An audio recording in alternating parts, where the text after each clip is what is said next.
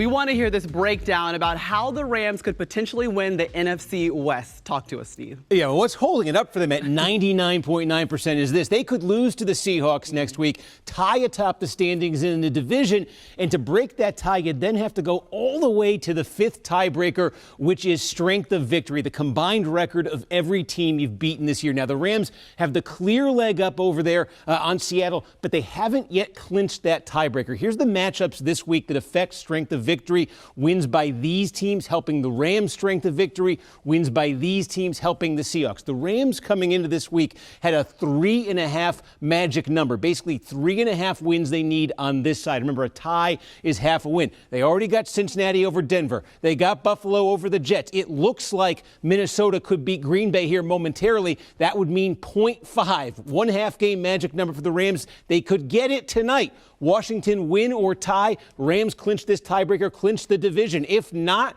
Seattle would need Detroit then to win tomorrow, and then Seattle would need all this. Every single one of these teams would then have to win next week. That's how Seattle could still catch the Rams. Break it down for us, Steve. Yeah, 3 teams going for that final spot. Denver now sits in it. Here's the playoff checklist for each of these teams. Look, the Broncos, if they could have just beaten Cincinnati yesterday, that would have been enough. They would have clinched. Instead, they miss.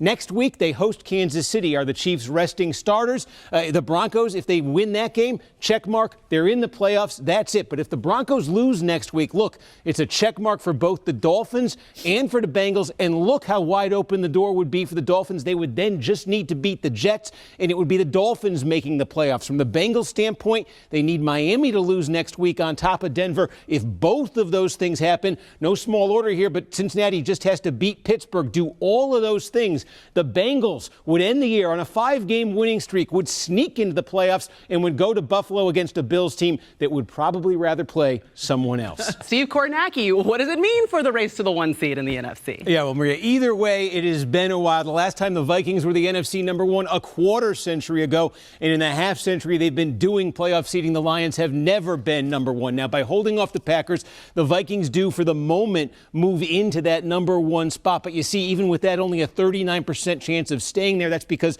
Detroit still has to play the Niners tomorrow, and no matter what happens in that game, next week, as you say, is for all the marbles. Vikings will be going to Detroit, so Detroit is favored because of that. And the stakes here doubly high. This won't just be for the 1 seed, for the bye, for home field, but again, because they're from the same division, whoever doesn't win next week is going to tumble all the way to the 5th seed and will make the playoffs as a wild card team, potentially looking at a 14-win wild card team. Have we ever seen that before? They were the 99 Titans. They were 13-3. This might be a first that we're looking at. What are my chances?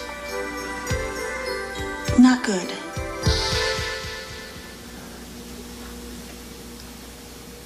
You mean not good like 1 out of 100? I'd say more like 1 out of 1,000,000.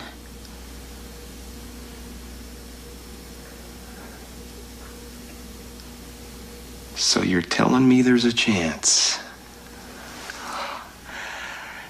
Yeah!